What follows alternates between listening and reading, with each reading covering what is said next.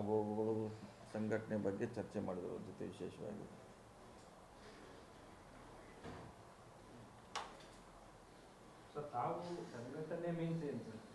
ಸಂಘಟನೆ ಅಂದರೆ 28ರ ಸಂಘಟನೆ, 28 ಚುನಾವಣೆ ಗೆಲ್ಲಬೇಕಲ್ಲ,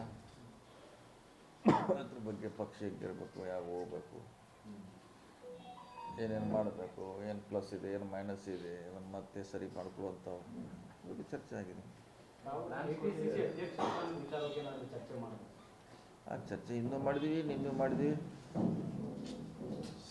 ಮಾಡೋಂಗಿದ್ರೆ ಆದಷ್ಟು ಬೇಗ ಹೊಸ ಅಧ್ಯಕ್ಷನ ಇಲ್ಲ ಇದ್ದವ್ರನ್ನ ಮುಂದುವರಿಸಿ, ಇಲ್ಲ ಹೊಸ ಮಾಡೋದ್ರೆ ಬೇಗ ಮಾಡಿ. ಗೊಂದಲ ಇದೆ, ಅದು ಬರೀ ಚರ್ಚೆ ಅದೇ ಆಗ್ತಾಯಿದೆ. ಯಾವುದಕ್ಕಾರು ಒಂದು ಇತಿಶ್ರೀ ಮಾಡಿ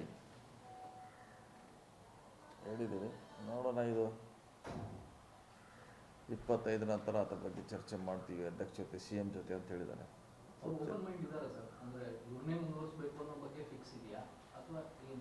ಅದು ಅವ್ರಿಗೆ ಗೊತ್ತಿರಲಿಲ್ಲ. ನಾವು ಹೇಳಿದ್ದೀವಿ ಯಾರಿಗಾರ ಮಾಡಿ ಅಥವಾ ಇದ್ದವ್ರನ್ನ ಮುಂದುವರಿಸಿ, ಅದರದ್ದೊಂದು ಇತಿಶ್ರೀ ಆಡಬೇಕು, ಇಲ್ಲಾಂದ್ರೆ ಚೇಂಜ್ ಅಂತ ಹೇಳ್ತಾರೆ, ಮುಂದುವರ್ಸಂತೆ ಅವ್ರಿಗೆ ಗೊಂದಲ ಇದೆ.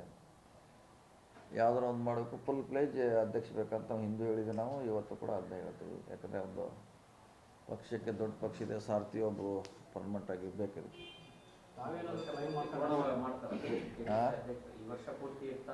ಯಾವ್ದು ಗೊತ್ತಿಲ್ಲ, ಅದು ಯಾರು ಇರ್ತಾರೋ ಬಿಡ್ತಾರೋ ಅದು ನಮ್ಗೆ ಗೊತ್ತಿಲ್ಲ.